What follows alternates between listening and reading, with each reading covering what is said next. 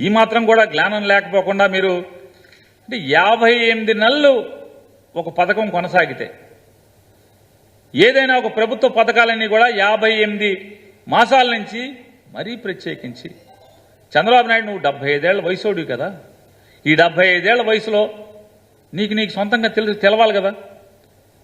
నీకంటే డబ్బులున్నాయి, డాక్టర్లు ఉన్నారు, మందులున్నాయి, ఏసీ గదుల్లో బతుకుతారు. కానీ పేద బిక్కి 60 ఏళ్లకి పెన్షన్ వస్తుంది. 60 ఏళ్ళు దాటిన తర్వాత వాళ్ళ ఆర్థిక పరిస్థితి ఏంటి, వాళ్ళ బైకులు ఎట్లా ఉంటాయి, వాళ్ళ శరీరం ఎట్లా ఉంటుంది, సచివాలయానికి వెళ్ళి పెన్షన్ తెచ్చుకునేటువంటి పరిస్థితి ఉంటుందా? పిటిషన్ పెట్టేప్పుడు వాలంటరీ వ్యవస్థను కనుక మనం భారతీయ జనతా పార్టీతో కూడబలుకునో, భారతీయ జనతా పార్టీతో లాలుచిపడో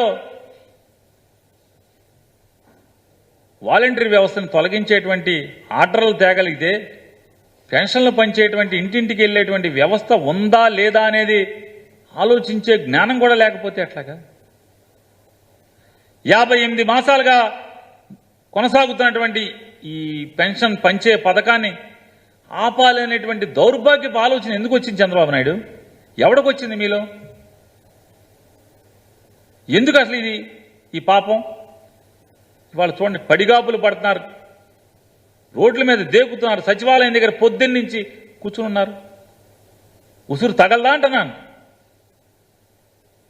వాలంటీర్లు ఇంటికి వెళ్ళి పెన్షన్ ఇచ్చేస్తే ఓటేసేస్తారా? ఎందుకు ఓటేస్తారు?